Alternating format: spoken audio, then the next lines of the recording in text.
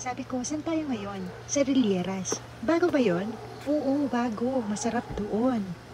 Kaya, here we are at Relieras. Hello, ma'am. Pagpasok pa lang, naamoy ko na ang maganda at masarap na pagkain. Kasi punong-puno ito ng mga artworks. Napaka-feeling sa eyes. Yung nasa harap pala kanina, yun ang may-ari, ha? Napakaswerte namin at nadatnan namin ang may-ari. Nagva-vlog siya dun sa harap. Ang tanong nga ikaw ba ang nagva-vlog, Nay? O siya? 1 month pa lang pala ito. So nice. Parang fine dining ang datingan, di ba? Napaka-serene ng surroundings. Ang ambience is very good. Ayan, nakigulo na sa nagva-vlog. Ayan na nga, sa kakulitan ko, ako na ang nag-interview. Nag-start lang 1 month pa lang po.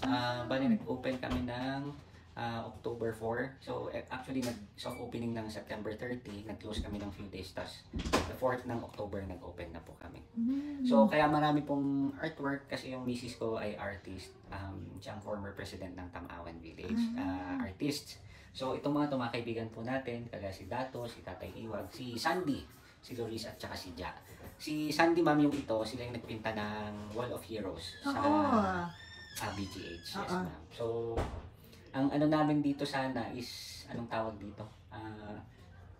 Hindi siya high-end na restaurant. So, dahil lang sa itsura niya, akala nila high-end. So, kung titignan mo yung menu namin, mura lang siya kasi for sharing naman siya. So, yun na misinterpret nila na mahal, pero wala pa kasi kaming a la carte. So, for sharing halos siya lahat. Pero ngayon po ma'am, tinatrabaho na namin para kahit mga mag-isa mo lang, dalawa kayo pwede na. Artist pala ang asawa niya. Kaya there is something in common talaga. I find peace in this restaurant. So habang hinihintay namin ang food to be served, ayan nga tinur pa kami. Shout out sa mga co-Rotarians ko, pwede tayong mag-meeting dito. Yan, yun yung nakita ko.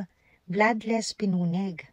10 pieces ito and good for sharing. Temporary food na parang fusion. So ito na nga ang bloodless pinunog spring rolls nila. Excited ako.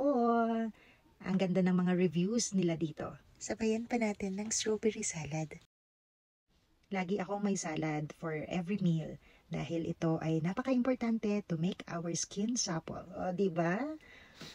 Samahan pa ng L-Care. So, nag-endorse pa ako, no? Kwento muna ako. Alam nyo ba, pag minsan nawawalan tayo ng pag-asa, pero hindi ibig sabihin nun, pinabayaan na tayo ng Diyos.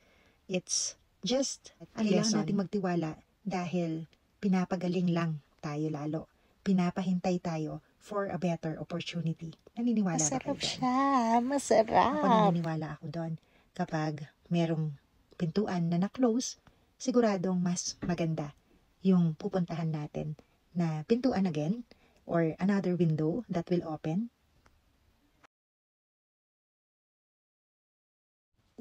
Meron pa palang kiniing tacos. Tikman nga. Currently, ini-improve pa nila ang menu nila. O, diba? Nice yun.